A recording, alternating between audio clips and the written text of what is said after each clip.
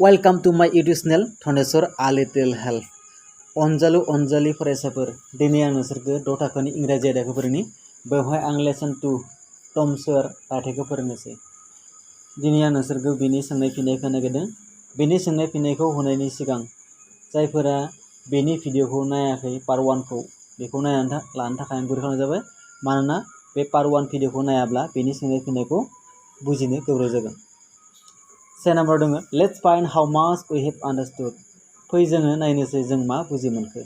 Choose द correct already from द अप्शंस two complete it sentence. गाहायनि बाथ्राफोरखौ आबुं खालामनो थाखाय अपशनफोरखौ जोङो सायख'नांगोन। ए नाम्बार दङ अन आ सैटारडे नाइट। सानसेखालि सनिबारनि मोनाबिलियाव टम एन्ड हाग वेन्ट आउट टु फाइन्ड। टम आरो हागआ बबेयाव थांदोंमोन? जों मिथिगौ सनिबारनि मोनाबिलियाव टम आरो हागआ बबेबा न'आव सोरबा फबना दोननाय रां रुफानि थफ्ला नागिरनो थांदोंमोन बिसोरो। से नाम्बार दङ अपसनाव इयाव गस मोदायफोर नागिरनो थांदों नामा? नङा, बिसोर मोदायफोर नागिरनो थाङाखै। 2 नाम्बार दङ हाइड एन्ड ट्रेजार। बे 2 नाम्बारा जागोन मानोना बियो सोरबा सिखामा दोननाय रां रुफानि थफ्ला नागिरनो थांदोंमोन। 3 नाम्बार दङ टिप्स। बे सिखावफोर नागिरनो थाङाखै बिसोरो। 4 आव दङ टुल्स माने आइजेंफोर नागिरनो थांदोंमोन। नङा, अब्ला बेनि फिननाया जागोन 2 नाम्बारा हाइड एन्ड ट्रेजार। सोरबा सिखामानानै दोननाय धोन एबा रां रुफानि थफ्लासो नागिरनो थांदों बिसोरो। बि नाम्बाराव दंनाय टम एन्ड हाग एन्टार द हाउस उइथ आ आर्म। टम आरो हागआ बे न'आव मा मा मुवा बेसाद लाना थांदोंमोन? जों मिथिगौ बिसोरो हाथुरा आरो बेलसा लाना थांदोंमोन। अब्ला से नाम्बाराव दङ पिक एक्स हाथुरा नंगौ, नाथाय बे गंसेल' नङा, बे जानो हानाय नङा। 2 नाम्बार दङ स्पेड माने बेलसाबो लांदोंमोन, नाथाय बेलसाल' लाङाखै बिसोर बेलेग लांबावदोंमोन, बेबो नङा। 3 नाम्बार दङ पिक्स एग एन्ड स्पेड हाथुरा आरो बेलसा, अब्ला बेनि एन्सारा बेसे कारेक्ट जागोन। 4 नाम्बाराव दङ एक्स एन्ड स्पेड रुवा आरो बेलसा, बिसोर रुवा लाङाखै, बे जानो नङा। अब्ला फिननाया जागोन जोंनिया 3 नाम्बारा पिक एक्स एन्ड स्पेड। सियाव दङ टम एन्ड हाग स। टम आरो हागआ मा नुदोंमोन? जों मिथिगौ बिसोर टम आरो हागआ बिसोर न' सिंनिफ्राय गंसे गुदुंजों नुदोंमोन। सानै मानसिया ज' आरो बेनि लोगो सासे सिखावा बे न'आव फैदोंमोन। अब्ला बेनि एन्सारा जागोन 2 men entering the house। सानै मानसिया बिसोर न' सिङाव फैनो नुदोंमोन। 2 नाम्बाराव दङ जोंनिया 1 man entering the house। सासे मानसिखौ न' सिङाव फैनाय, बे जानो हाया। ज' entering the house ज'खौ न' सिङाव फैनो नुदोंमोन, बे नंगौ, नाथाय ज'ल' नङाना, बेजों लोगो सिखाव दङ। 3 नाम्बार थांबाय। 4 नाम्बार दङ 3 thieves entering the house। साथाम सिखावफोरखौ न' सिङाव फैनो नुदों बिसोरो, बे नङा। अब्ला बेनि एन्सारा जागोन 1 नाम्बारा 2 men entering the house। B number नाय थेंक गड साबायखर इसोर we had a narrow escape। जों दासो एसे बारग'बाय। who said this to whom। बे बाथ्राखौ सोरनो बुंदोंमोन? बे बाथ्राखौ बुंदोंमोन हागआ टमनो जेब्ला बिसोरो खुनुरोखोम बारग'यो, अब्ला बे बाथ्राखौ हागआ टमनो बुंदोंमोन। नागिरनो जोङो से नाम्बार दङ टम said it to hug। टमआ बे बाथ्राखौ हागनो बुंदोंमोन। नङा, हागआसो टमनो बुंदोंमन, अब्ला बे जानाय नङा। 2 नाम्बाराव दङ ज' said it to hug। ज'आ हागखौ बुंदोंमोन। नङा, ज'आ जाबाय सिखाव, बे हागआथ' बे टमनिसो लोगो, बे जेब्लाबो जानाय नङा। 3 नाम्बार दङ हाग said it to ज'। हागआ बेखौ ज'नो बुंदोंमोन। नङा, हागजों ज'जों लोगो नङामोन, हागजों टमजोंसो लोगोमोन। 4 नाम्बार दङ हाग said it to टम। हागआ बे बाथ्राखौ टमनो बुंदोंमोन। येस, बेसो जागोन। अब्ला जोङो बेनि उनाव 2 नाम्बाराव जोङो नायलांदो। बेयाव दङ 2 नाम्बार रिड द स्ट'री। गिबियावनो सल'बाथाखौ नोंसोर फरायग्रो एन्ड एन्सार द फलोइंग कुइसन्स ब्रिफलि इन योर ओन वर्ड्स। आरो नोंसोरो बेनि सोंनाय फिननायफोरखौ गुसुङै नोंसोरनि सोदोबजोंनो लिर। 3 नाम्बार दङ what did Tom always dream of.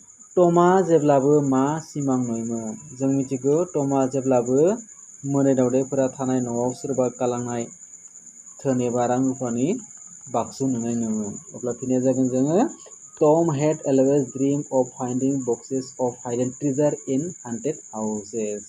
अब्ला जों बेनिफ्राय बेनि सोंनाय फिननायखौ दा बि नाम्बाराव दं जोंनिया what plan did Tom make with his friend Hug। टमआ गावनि लोगो हागजों मा थांखि लादोंमोन? जों मिथिगौ टमआ गावनि लोगो हागजों सानसेखालि मोदाय दावदायफोरा थानाय न'आव धोननि रां रुफा नागिरनो थांनाय सिमां दंमोन। अब्ला बेनि एन्सार जागोन Tom made a plan with his friend Huck to go on a treasure hunt. अब्ला जों बेनि फिननायखौ मिथिबाय। दानिया 3 नम्बर नायनो। Let us learn some words and their meanings. फै जोङो मोननैसो सोदोबखौ सोलोंनि आरो बिसोरनि ओंथिखौ जोङो सोलोंनोसै। नेक्स्टआव दङ जोंनिया मिडनाइट। इंराजियाव माखौ मिडनाइट बुङो? 12 o'clock at night. हर गेजेरनि 12 रिंगाखौ इंराजियाव मिडनाइट होनना बुङो। जोङो हर गेजेर होनना बुङो। Haunted house. माखौ हान्टेड हाउस बुङो? A house visited by ghost. मोनसे न'खौ मोदाय दावदायफोरा गिदिंनायखौ न'खौ बेखौ हान्टेड हाउस होनना बुङो। नेक्स्टआव जोङो जोंनिया थिफ माने सिखाव। A person who steals something from another person or place. सासे मानसिया गुबुन मानसिनि एबा जायगानिफ्राय मुवा बेसाद खावग्राखौ सिखावखौ इंराजियाव थिफ होनना बुङो।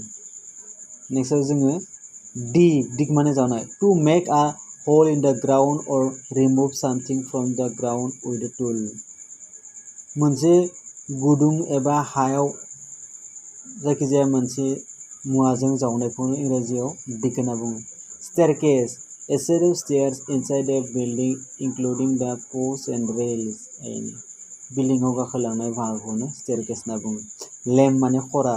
unable to walk well, मोजाङै थाबायनो हायो because of an injury to the leg or foot.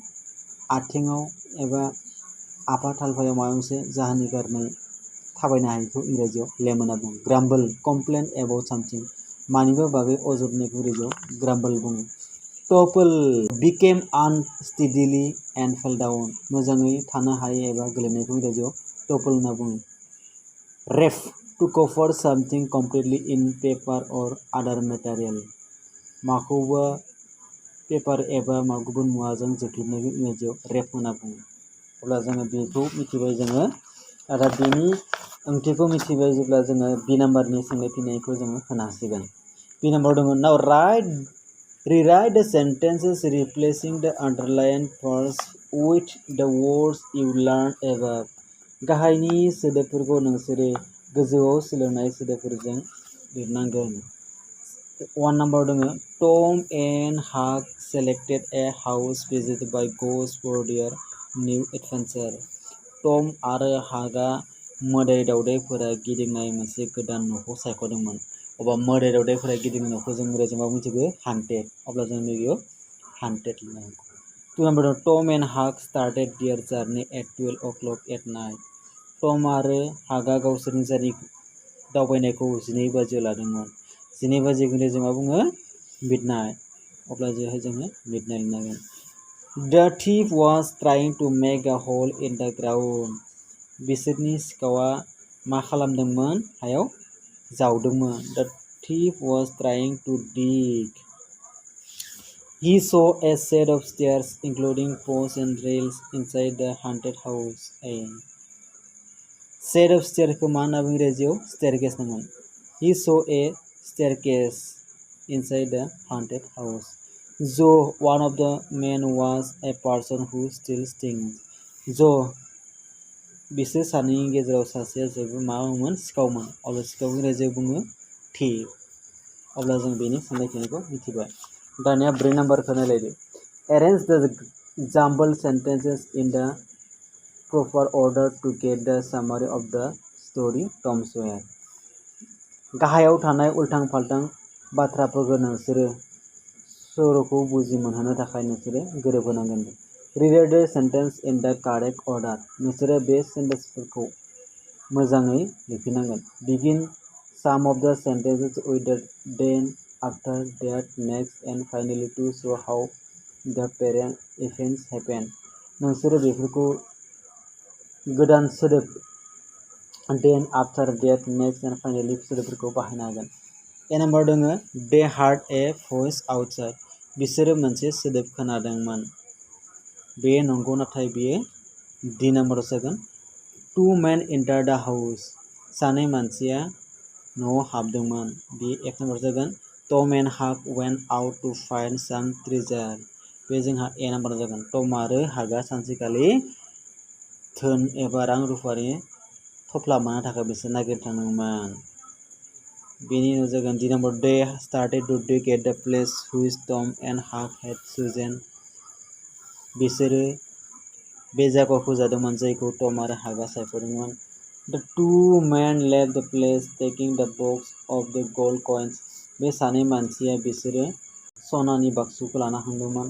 Tom and Hug hid themselves inside a room on the first floor. टम आरो हागआ गिबि फ्ल'राव सिखांना थादोंमोन।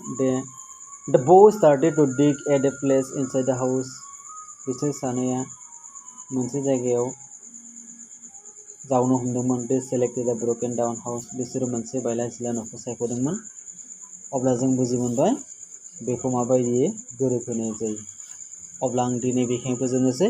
गोजोन्थों।